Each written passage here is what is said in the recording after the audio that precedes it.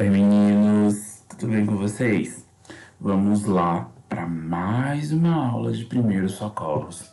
E dessa vez a gente vai discutir sobre queimaduras e animais peçonhentos. E aí, por que que a gente tem que discutir sobre esses dois itens, né?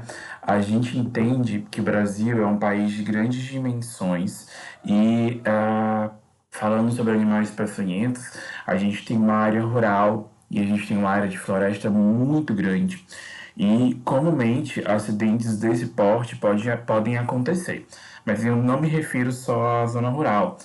Muitos desses casos de ataques de animais peçonhentos acontecem também na zona urbana, principalmente por a população acabar adentrando o habitat desses animais. Mas primeiro vamos falar sobre queimaduras. E aí, a gente pode até pensar do porquê isso é importante falar de queimaduras, por causa dos danos que podem acontecer. Mas epidemiologicamente falando, as queimaduras elas representam uma parte importante dos acometimentos e dos gastos do Ministério da Saúde. Em 2019, por exemplo, cerca de 21.023 crianças com idade de 0 a 14 anos foram hospitalizadas por causa de queimaduras. E aí vocês percebem que é um número muito grande, principalmente de crianças. E isso, obviamente, pode estar ligado a diferentes fatores, como brincadeiras, como o não cuidado dos pais em relação ao contato dessas crianças com fogo, com objetos quentes, né? Porque a queimadura não acontece exatamente só pelo contato com fogo, ou por causa de queimaduras químicas, né, objetos ou agentes químicos que possam estar diretamente ligados à abrasão, a aumento de temperatura ou contato com a pele e a abrasão da pele. Em 2018, 200 crianças dessa faixa etária morreram por esse motivo, 96 tinham entre 1 e 4 anos de idade, ou seja, ainda representa um impacto muito grande na faixa etária que envolve crianças menores de 14 anos e as de 0 a 4 anos também. No Brasil, as queimaduras representam um agravo significativo à saúde pública. As estimativas que correspondem a cerca de 2 milhões de acidentes com queimaduras por ano. E esses acidentes eles podem envolver queimaduras de primeiro até quarto grau. A gente vai entender um pouquinho sobre o que representa cada um desses graus, de que forma o indivíduo é atingido a partir de agora. Mas antes disso, a gente precisa continuar falando de alguns gastos que envolvem o tratamento de pacientes com queimadura. O Sistema Único destina cerca de 55 milhões por ano e estima-se que 100 mil pessoas recebem atendimento hospitalar. Dessas, 2.500 acabam indo ao óbito direto ou indiretamente por causa das lesões por queimadura. A Organização Mundial revelou que os países subdesenvolvidos têm maior incidência de queimaduras comparados a países desenvolvidos. E isso pode estar ligado diretamente ao manejo ou à produção de alguns bens que possam facilitar esse contato, na verdade, das crianças e de adultos com fogos. Ah, uma característica que gera essa diferença está sentada diretamente nas políticas de prevenção implementadas pelo governo. Que políticas são essas, né? Então, o governo tem a função de gerar políticas públicas que diminuam impactos graves, como, por exemplo, no caso das doenças transmissíveis, as infecções sexualmente transmissíveis, que acaba informando a população de como essas situações podem acontecer. Então, entende-se que e aí eu pergunto a vocês, quem já ouviu falar, quem já viu uma propaganda sobre os cuidados com queimaduras? É muito difícil, tanto que todo mundo tem uma dificuldade quando se queima, né? O que eu passo? Criou bolha, eu estouro ou não a bolha? E aí a nossa intenção nessa aula é sanar muitas dessas dúvidas, embora essas informações elas deveriam existir, principalmente as informações básicas, para toda a população. Porém, percebe-se que as políticas públicas implementadas pelo governo não são suficientes para sanar essas dúvidas da população. Mas vamos lá, o que é uma queimadura? É importante lembrar que, antes do conceito aplicado básico, a queimadura ela se caracteriza principalmente pelo aumento da temperatura em uma parte do corpo. Ou seja, as queimaduras elas são lesões dos tecidos orgânicos que podem ser de origem térmica, pela temperatura, química, radiação, elétrica ou congeladora. Ou seja, uma coisa muito importante, o frio também queima, tá bom? E aí, tanto que a gente vai falar um pouquinho mais na frente sobre os cuidados com água gelada, principalmente nas compressas, compressas em crianças, compressas em idosos. Essas compressas elas podem causar danos graves. Entre as principais causas estão a chama direta, o escaldamento, o contato com superfície aquecida e o escaldamento é o contato com água quente, tá bom? A exposição à fumaça e a corrente elétrica. Essas lesões elas atuam nos tecidos gerando destruição parcial ou total da pele em seus anexos e em seus anexos. Podendo atingir camadas mais profundas, como o tecido celular subcutâneo, eu estou me referindo à camada mais profunda, à camada mais superficial da pele, os músculos, tendões e ossos, e eu estou me referindo às camadas mais profundas do corpo, levando à redução da elasticidade do tecido, e aí a o calor faz isso, ele diminui a elasticidade, causando um enrijecimento, o surgimento de ruga na pele, deformidades e limitações funcionais do paciente. Elas podem ser classificadas de acordo com a sua profundidade e extensão da superfície corporal.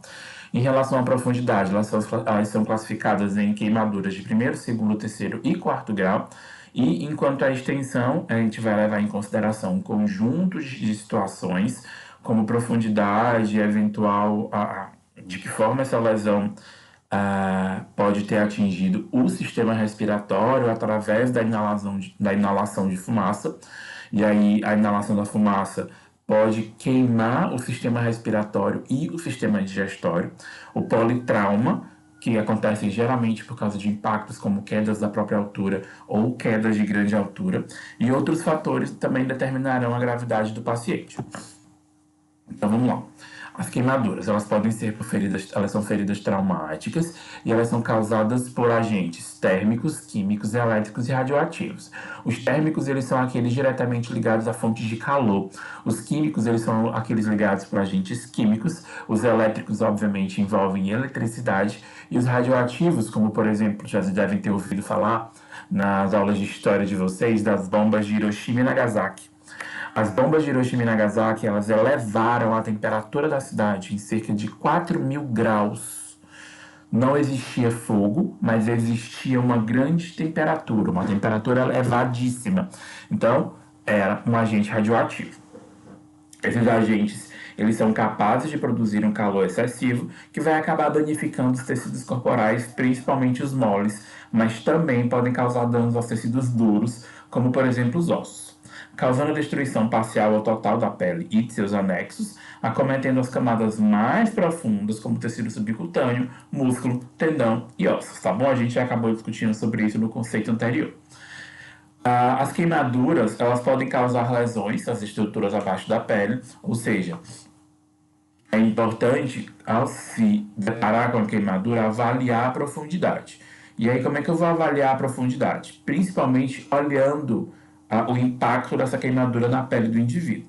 Se essa queimadura, a gente vai já classificar elas, mas se ela tem só uma lesão superficial, avermelhada, ou se ela é profunda, expõe tecidos, como a parte gordurosa do corpo, que é o que a gente chama, já no comecinho do tecido subcutâneo, no finalzinho do tecido subcutâneo, os músculos, nervos, se tem ossos aparentes. Então, isso é importante para que a gente consiga repassar informações importantes e claras durante a nossa ligação ou chamamento do socorro médico. As queimaduras elas podem continuar a queimar de dentro para fora, dependendo do agente causador e da profundidade dessa queimadura. E aí a gente tem graves riscos de choque hipovolêmico e até de parada cardiorrespiratória.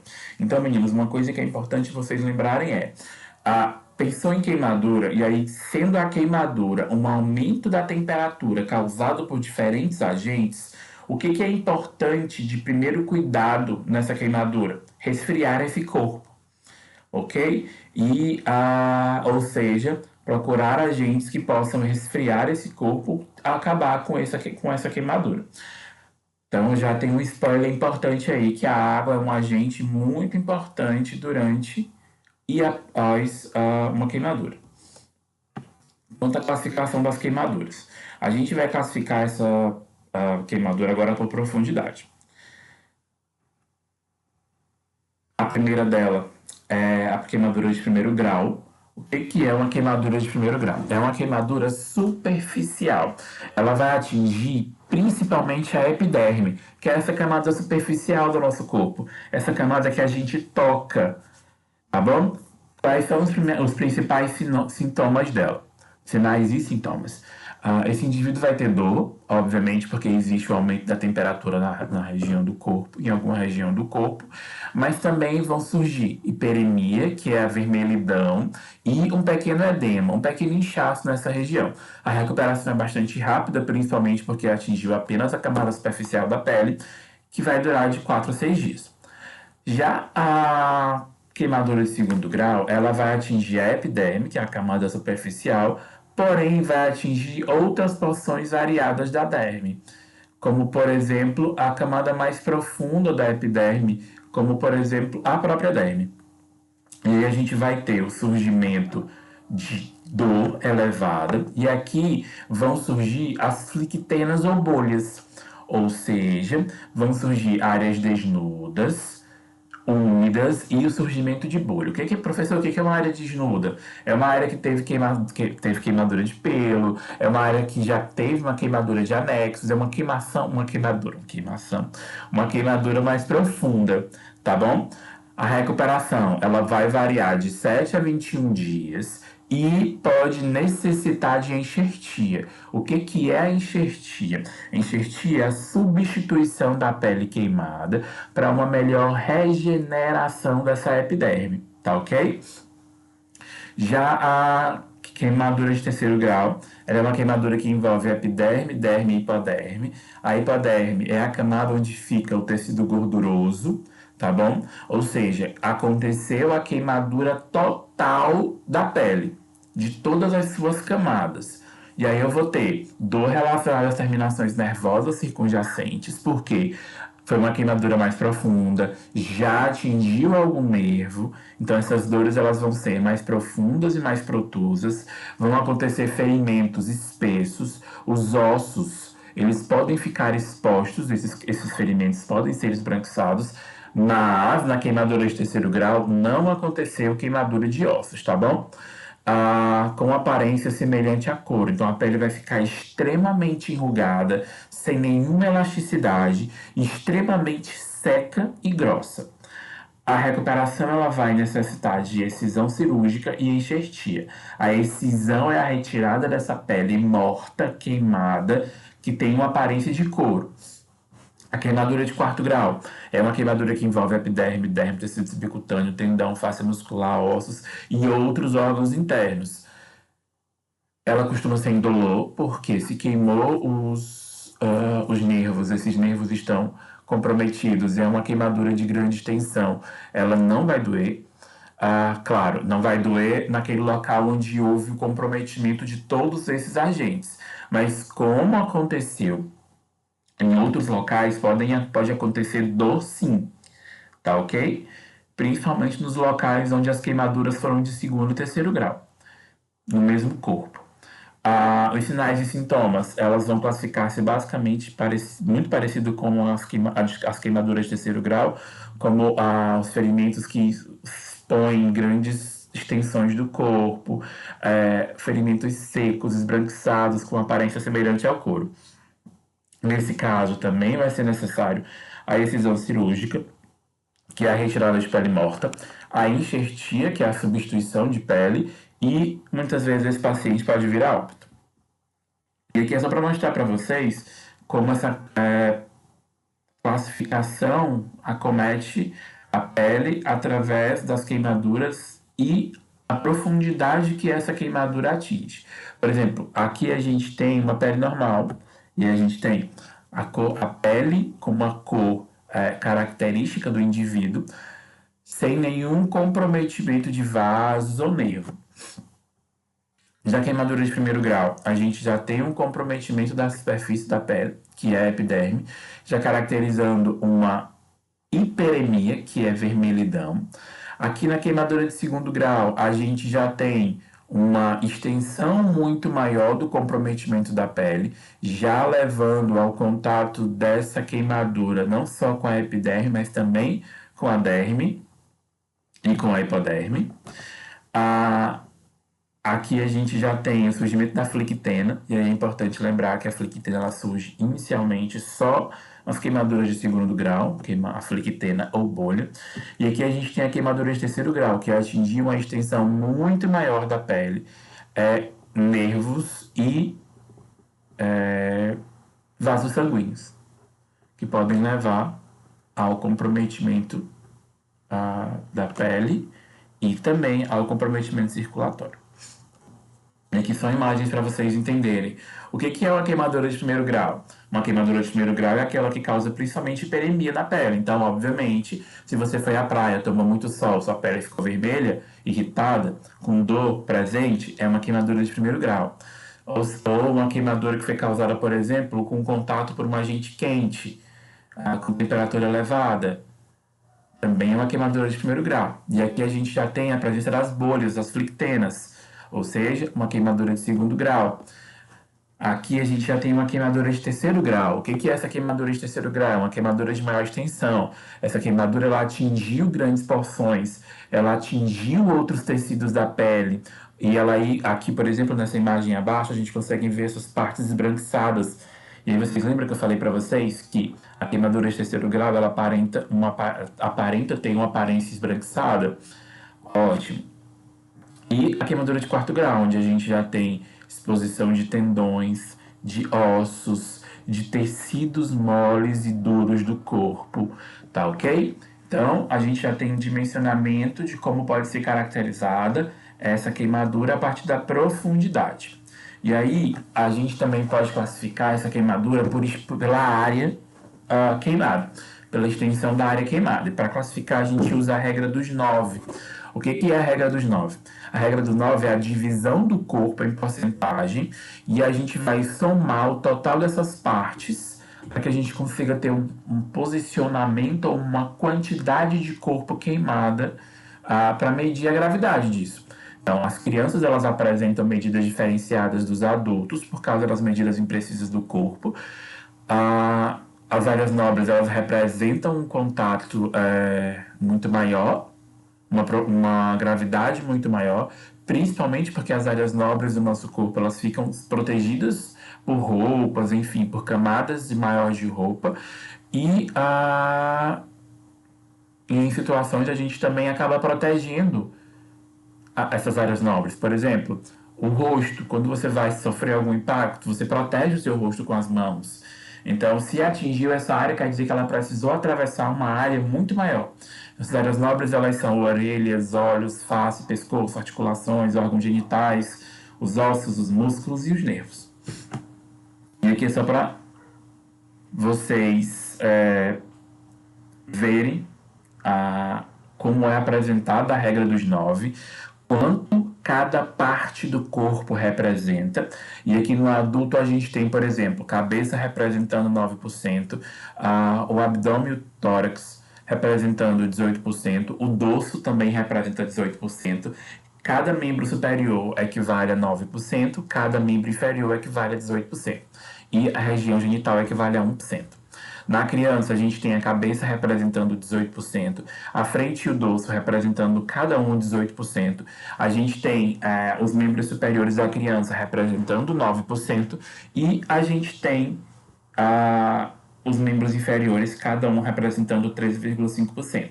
Então, quando, por exemplo, vocês veem na televisão, em algum lugar, dizendo que o indivíduo teve 70% do corpo queimado, essa medição de porcentagem, ela leva em consideração essa divisão da regra dos 9, tá ok?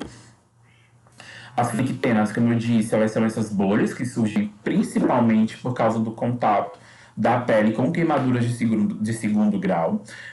Elas são elevação revestida da pele contendo líquido, e esse líquido ele acontece principalmente por causa da liberação de uma proteção pelo sistema linfático.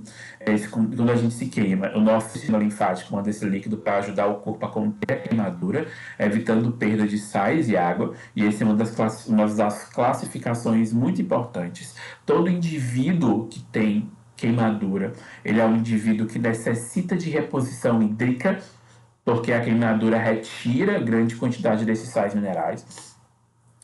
O rompimento da bolha sem asepsia, a gente vai já falar sobre isso, mas sem asepsia ela vai multiplicar o risco de infecção bacteriana, porque essa bolha ela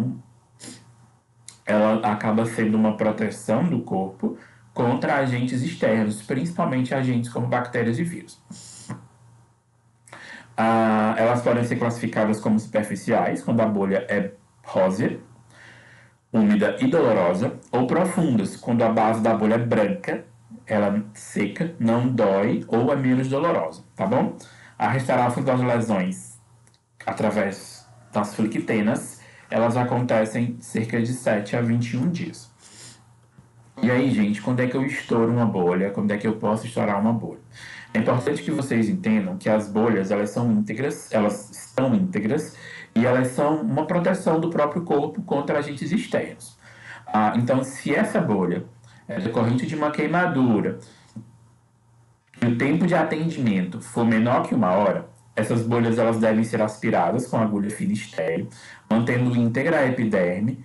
E aí é importante que a epiderme esteja íntegra, basicamente por causa da proteção, tá ok? Com cobertura biológica, a derme queimada, já que a retirada do líquido da flictena remove também os mediadores inflamatórios. E aí uma coisa importante, aquele líquido que fica dentro da bolha é um agente irritante, é um agente que vai causar dor, é um agente que vai causar hiperemia. Por isso que esse cuidado com a retirada desse líquido, por causa do agente inflamatório causado por ela. Se maior que 1 hora, manter essa bolha íntegra. Se essa flictena estiver meio já estourada por causa da pressão, enfim, tem que fazer a retirada de pele excedente, que a gente chama de desbridamento, e costuma-se remover a epiderme solta a fim de aplicar um curativo sobre o tecido viável, protegendo o indivíduo. Quanto à gravidade das queimaduras, ela pode ser um pequeno queimado, que ocorre lesão de 1º grau em qualquer extensão, e as lesões de 2º grau atingem menos de 10% da superfície corporal no adulto e 5% da criança. O médio queimado ocorre em queimaduras de 2º grau, que acometem de 5 a 10% da superfície corporal da criança e de 10 a 20% no adulto. De 3º grau, ela vai atingir 10% no adulto, sem comprometer as áreas nobres, né, como face, mão, perinho, que é a região genital, e pé, além de qualquer queimadura que envolva mão, pé, face, pescoço ou axila. E o grande queimado é aquele que tem, enquanto criança, 15% do corpo queimado, enquanto adulto, 20%. A de 3º grau, mais de 5% do corpo da criança e mais de 10% em adulto. Queimadura de perinho, em qualquer idade, queimadura por eletricidade de 3º grau, também em mão, pé, face, pescoço e ou axila. O tratamento imediato é interromper o processo de queimadura. Como, professor? Fornecendo o resfriamento dessa pele. Vou jogar gelo? Não. A gente vai já discutir sobre isso. Remover roupas, joias, anéis, pinças e próteses. E aí uma coisa importante é remover o que for possível. Se essa roupa estiver colada, se esse anel, se essa prótese estiver fundido durante a queimadura, você não vai forçar essa retirada. E cobrir as lesões com tecido limpo. Então, afastar o paciente da região ou do agente causador da queimadura do paciente, realizar a avaliação primária, ou seja, avaliar os danos que esse paciente sofreu. Se esse paciente é um politraumatizado, se ele caiu de uma grande altura por causa desse agente, priorizar o atendimento ao trauma, ok? E os efeitos sistêmicos dessa queimadura, depois priorizar a queimadura, avaliar a quantidade de oxigênio desse paciente, manter as vias aéreas, observar o aspecto geral do paciente, se ele tem cílio, sobrancelha queimado, enfim, danos respiratórios, avaliar, cobriu, a necessidade de oxigênio e, se necessário, administrar oxigênio em alto fluxo, Expor a área queimada, retirando as roupas que não estejam aderidas à pele, retirar adornos como objetos como pulseira, relógio, anel, irrigar a solução fisiológica, o soro fisiológico em abundância, que o objetivo disso é o resfriamento da área queimada, prevenir a hipotermia desse paciente, que é a queda muito brusca na temperatura, e realizar a mobilização cuidadosa e, se outros traumas surgirem, considerar a imobilização adequada da coluna cervical. Os cuidados hospitalares continuando, a gente vai ter, lembrando, afastar a vítima do agente causador. Se a vítima estiver em chamas, envolvê-la no cobertor para diminuir a porção de oxigênio e, obviamente, acalmar ou apagar essa chama. Retirar a dor da vítima, retirar as roupas, oferecer água se possível, lavar a área afetada com água, resfriando o corpo desse paciente, providenciar a transferência da vítima e, se necessário, oferecer oxigênio. Não se deve perfurar a bolha no atendimento pré-hospitalar, porque você não tem os recursos necessários para isso, né? Você não tem uma agulha estéreo, você não tem o necessário para fazer uma cobertura efetiva. O uso da água gelada ou gelo é contraindicado para resfriamento de queimadura, e aí a gente deve lembrar que a água gelada e o gelo também podem causar danos como queimadura. O resfriamento de áreas extensas de queimaduras podem provocar hipotermia, principalmente em paciente pediátrico, que é a criança. A reposição do volume precoce ao longo das 24 horas iniciais é muito importante, principalmente para prevenir danos graves. E a necessidade de acesso venoso e reposição volêmica. O que é reposição volêmica? É reposição hídrica. E a reposição, se necessária, de sangue também. Medidas gerais, limpar a ferida. E aqui a gente já fala de um paciente dentro do hospital, tá bom? Limpar a ferida, levar a cabeceira, reforçar a vacina antitetânica, utilizar a heparina para evitar tromboembolismo, visto que esse paciente vai ficar muito tempo imobilizado. Necessário o uso da sulfadiazinas de prata por causa da necessidade do cuidado com a queimadura. Curativo exposto em face períneo, curativo oclusivo em 4 camadas, antibiótico somente se necessário, evitar o uso indiscriminado de corticoide e fazer a escaratomia. A gente vai já ver o que é a escaratomia. A gente vai ter que controlar a hemorragia, principalmente se esses pacientes tiverem lesões de terceiro e quarto grau, e necessidade de manter as vias aéreas desobstruídas, e aí a necessidade de avaliação do impacto que essa queimadura causou nas vias aéreas e digestivas desse paciente. A inalação de fumaça podem causar danos assim. Avaliar a necessidade de intubar e nebulizar esse paciente.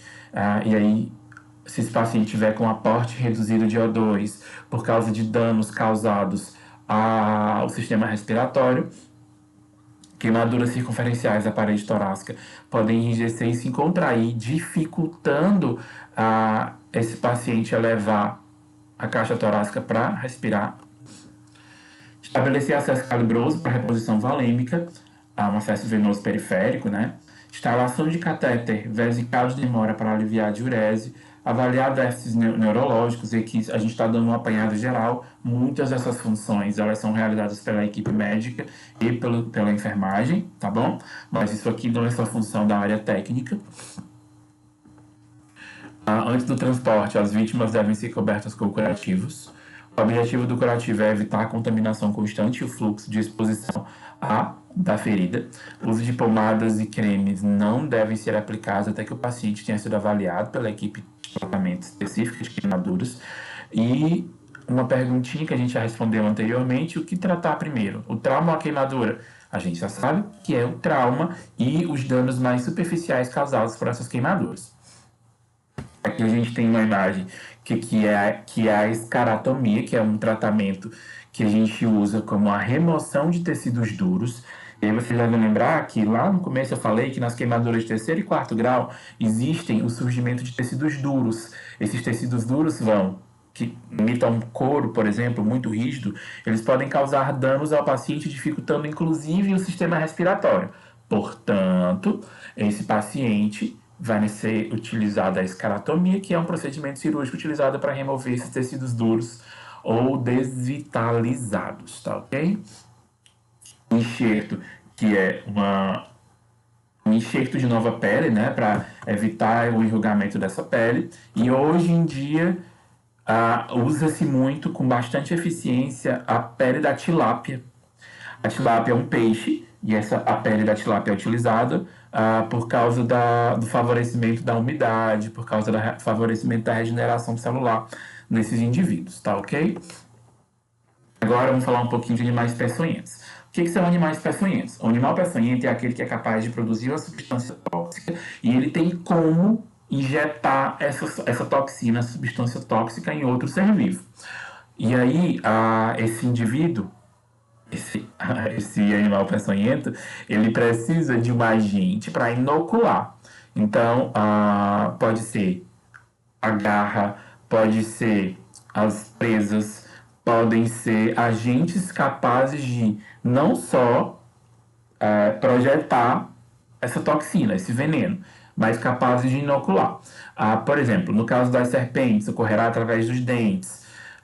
Nos escorpiões, através do aguilhão, que é aquela ponta que ele tem na ponta da cauda, né? Que parece um ferrão, que ele é capaz de inocular o veneno durante a sua picada.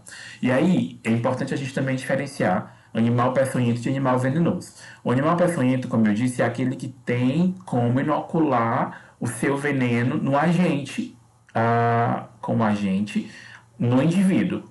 Os animais venenosos, eles não são peçonhentos porque eles não possuem nenhum órgão ou agente capaz de inocular veneno no outro indivíduo. E aí, por que os animais peçonhentos atacam, né? Os animais peçonhentos em si, eles são animais que vivem numa região de mata, como cobra, aranha, escorpião, lacraia, taturana, vespa, formiga, abelha, marimbondo. São os principais exemplos e os principais agentes causadores de acidentes por animais peçonhentos no Brasil. E aí, quando a gente mata o predador desse animal peçonhento, ele vai ter que procurar alimento em outro lugar. Quando a gente invade o habitat natural desse animal peçonhento, ele vai ter que procurar outro lugar para viver. Então, quando a gente causa um desequilíbrio nesse ecossistema, esses animais peçonhentos vão ter que invadir outros espaços. E uma coisa que é importante a gente falar é que esses animais peçonhentos, eles não atacam em um ambiente comum, um ambiente em que é um ambiente natural deles, a não ser que você invada o ambiente dele.